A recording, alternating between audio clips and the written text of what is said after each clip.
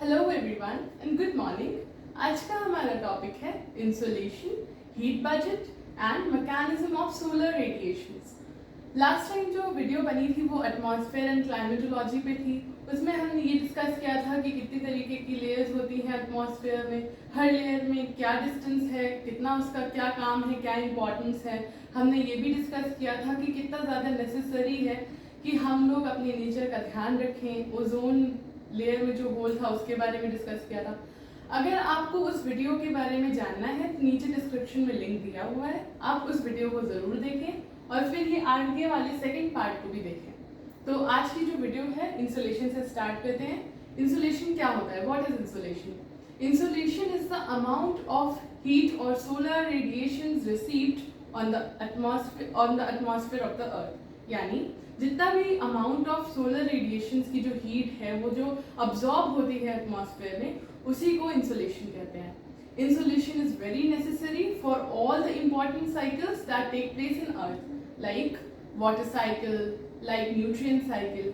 यानी ये सारी साइकिल्स जो अर्थ पे काम आती हैं, अर्थ पे होती हैं, वो सब के लिए इंसुलेशन बहुत नेसेसरी है, बहुत इंपॉर्टेंट रोल प्ले करता है ह्यूमन लाइफ को इजी बनाने में भी और एक बैलेंस मेंटेन करने में भी।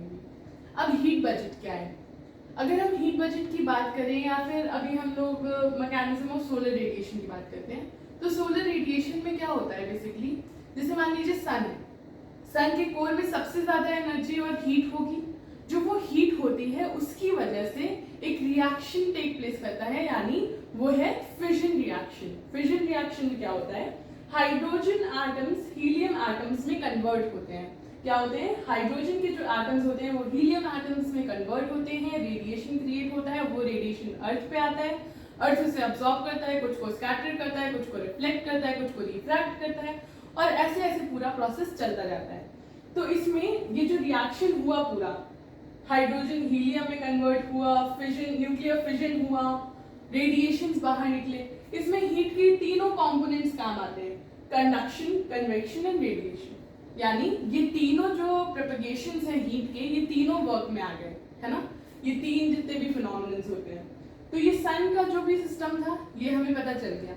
अब जो एनर्जी हमारा अर्थ जो रिसीव करता है, जो एनर्जी या सोलर रेडिएशन अर्थ पे आते हैं, अर्थ कितना ज्यादा हीट अप होता है, कितना इंसुलेशन वो बर्दाश्त करता है, क्या क्या फैक्टर्स उसके लिए नेसेसरी हैं, आइए वो देखते हैं।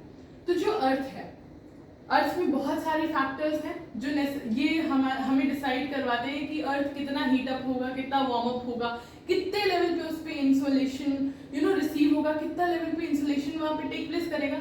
तो वो क्या फैक्टर्स हैं? सबसे पहला और इम्पॉर्टेंट फैक्टर है कि जो हमारा अर्थ है उसके कौन से एरिया पे इंसुलेशन को हम देख रहे हैं।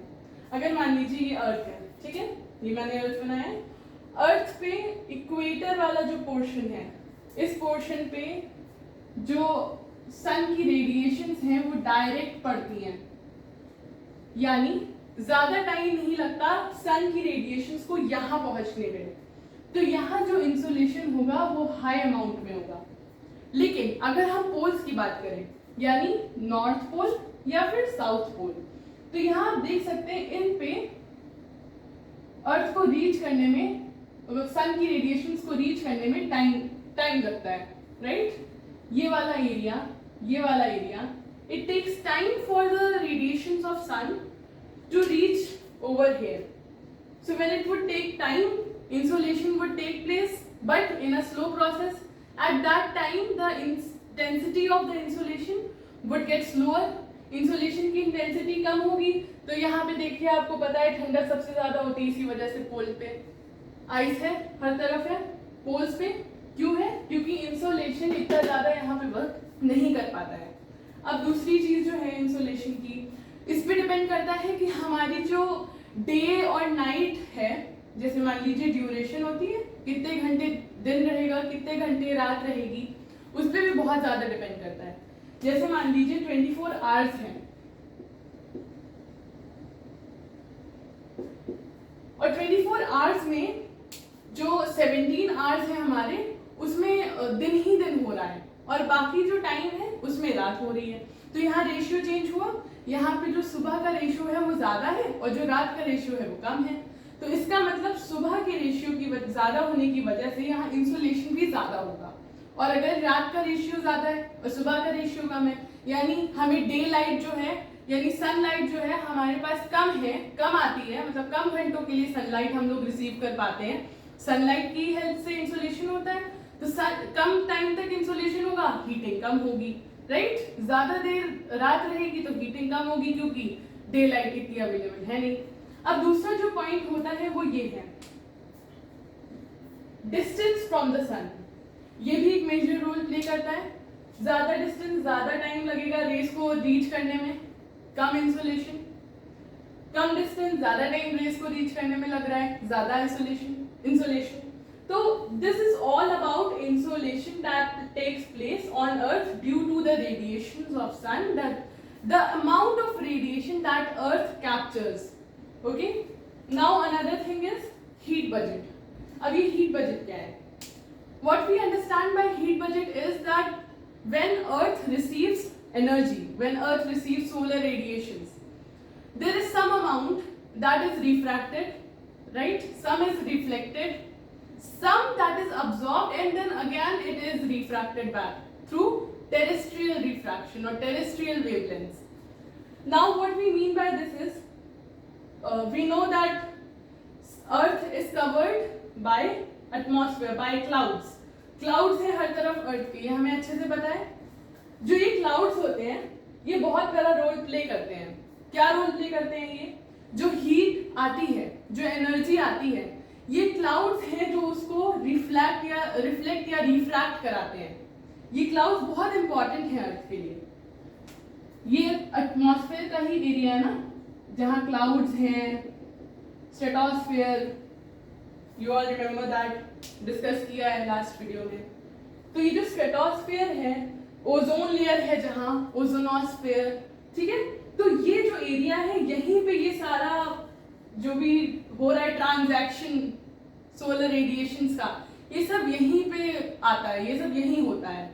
तो बेसिकली हमने यहाँ पे क्या लिखा है, ये एल्बिडो इफेक्ट होता है एक अर्थ का, जिसमें 35% ऑफ जो सोलर रेडिएशन जो आ रही है सन से वो रिफ्लेक्ट कर जाती है। 35% सोलर रेडिएशन जब रिफ्लेक्ट कर जाती है उसको हम एल्बिडो इफेक्ट कहते हैं, एल्बिडो ऑफ द अर्थ। उसके बाद ये आप देख रहे हैं टेरेस्ट्रियल रेडिएशन, कुछ तो अर्थ भी अब्सॉर्ब करेगा, कुछ एनर्जी अर्थ पे आएगी, ठीक है। उस अर्थ की जो एनर्जी वो 51% रिसीव होती है अर्थ पे, क्योंकि उसमें से 14% जो है वो एटमॉस्फेयर अब्सॉर्ब कर लेता है। अब जैसे एटमॉस्फेयर में, ये एटमॉस्फेयर है, ठीक है, यहाँ पे बहुत सारा पॉल्यूशन हो रहा है। एटमॉस्फेयर में हमारे पॉल्यूशन में सबको पता है डस्ट पार्टिकल बहुत ज्यादा है। तो ये जो डस्ट पार्टिकल्स हैं, ये जो पॉल्यूशन है, ये भी हमारी हीट को अब्सॉर्ब करता है, यानी ये जाने नहीं देता हीट को बाहर, ये अब्सॉर्ब कर लेता है। Ultimately earth is heating up, right. When heat is not able to escape, when heat is captured in the dust particle, in the pollution, this won't let earth to release it out, वो रहेगी वहीं पे, right. तो अब ये जो heat capture कर ली अर्थ ने, ये जाने नहीं दे रहा। इसी वजह से we think that we should not, we should try to stop pollution, we should try that pollution should not take place, क्योंकि अगर pollution रहेगा तो यही होगा, heat escape नहीं कर पाएगी, ultimate heating start हो जाएगी, global warming। we know what is global warming, right? global warming is when heat is unable to get out from the earth, it starts warming up the earth, okay। तो ये था basically कि क्या होता है terrestrial radiation, ठीक है। अब ये जो 17% है ये वापस रेडिएट हो जाता है अपने आप, ठीक है, एटमॉस्फेयर के थ्रू ये रेडिएट हो जाता है, ओके, बाहर चला जाता है स्पेस में, यानी वो पूरा वेस्ट, उसका कोई इफेक्ट नहीं पड़ रहा है, वो तुरंत रेडिएट कर दिया, अर्थ ने एब्जॉर्ब किया, चला गया। 12 बजे जब गर्मियों में 12 बजते हैं दोपहर के, तो आपने देखा होगा कितना ज्यादा हीटअप हो जाता है अर्थ, just because we are facing the direct sun rays। हमारे एकदम टॉप पे होता है जब 12 बजते हैं गर्मियों में, एकदम मई जून जो चल रहा है उसमें, जब सन एकदम टॉप पे आ जाता है something around 12 o'clock in the noon, तो उस टाइम पे डायरेक्ट हमारे ऊपर हीट आती है। आप लोग जब बाहर निकलोगे रोड्स पे देखोगे तो बहुत ज्यादा ऐसा लगेगा जैसे हीट की वजह से एकदम उबल रहा है सब कुछ। This is the effect, this is the effect. क्यों इतना रेडिएशन आ रहा है? हमारे ओजोन लेयर पे होल हो गया था, ये हमने लास्ट वीडियो में डिस्कस किया था कि अब वो हील हो चुका है, और जो मतलब बहुत सारी चीजें जो क्लैरिफाई हो गई हैं। अब बहुत ज्यादा ब्राइट लगता है नेचर। आप सुबह के टाइम पे निकलोगे तो नेचर आपको ज्यादा ब्राइट दिखेगा, पहले नहीं दिखता था, पहले धुंधला हो जाता था हर चीज, just because of pollution, ozone layer, and we are cutting off the trees, we are not letting trees survive। तो ये हो रहा है कि हीट अप होता जा रहा है। North pole and south pole की जितनी भी आइस लेयर्स हैं वो सब मेल्ट हो रहे हैं, ग्लेशियर्स मेल्ट हो रहे हैं। We need to do something, we need to take steps. And one more important thing, people think that हम अगर पेपर्स को बनाना बंद कर देंगे, there is a very a common misbelief कि हम what human do is human cut the tree, they make the paper, and then they write on the paper save trees। so for this I would like to say, India में जो है सबसे ज्यादा trees जो होते हैं cut होते हैं, ठीक है।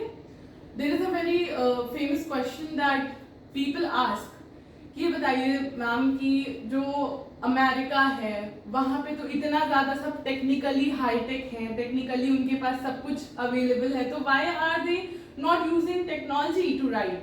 Why are they using the papers? Why are they reading newspapers and all when they have all things available to them?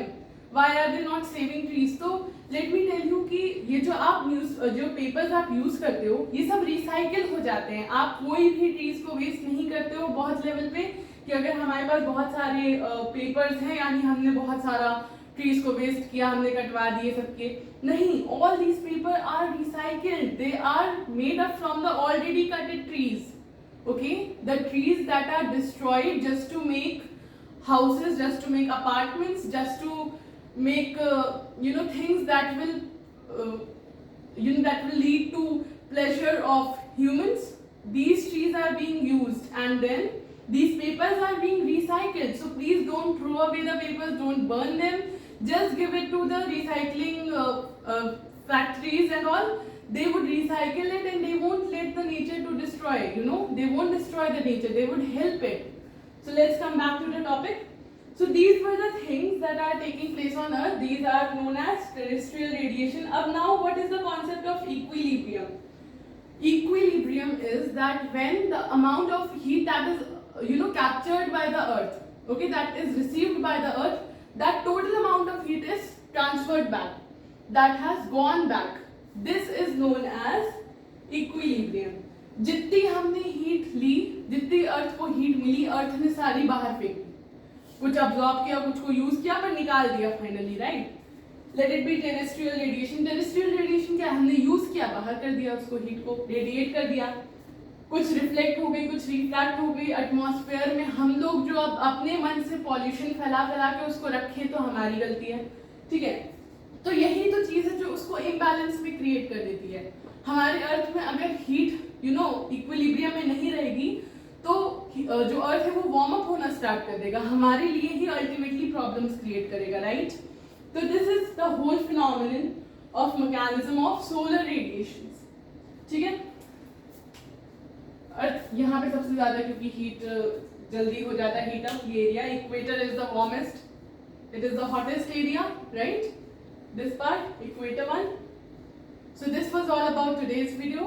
I hope you are liking these videos। please subscribe, please support us so that I can give you more and more such videos if you are getting help। and these topics are really very important from the perspective of UPSC, from the perspective of PCS, from the perspective of many other examination, even 6th, 7th, 8th, 9th, 10th। if you are from art student, if you are an art student then, and if you are not an art student then it's important for you till 10th। you don't have anything to know about this, you don't want to know about this, then it's okay, but I want that you should know about such things because it is leading to our general awareness, right? so I hope you would like it, you would support me, you would help me in getting few subscribers more, and I would keep on making such videos knowledgeable videos. It's not tagged anywhere कि सिर्फ UPSC के बच्चों के लिए, हर किसी के लिए जिसको knowledge चाहिए, जिसको need है knowledge की.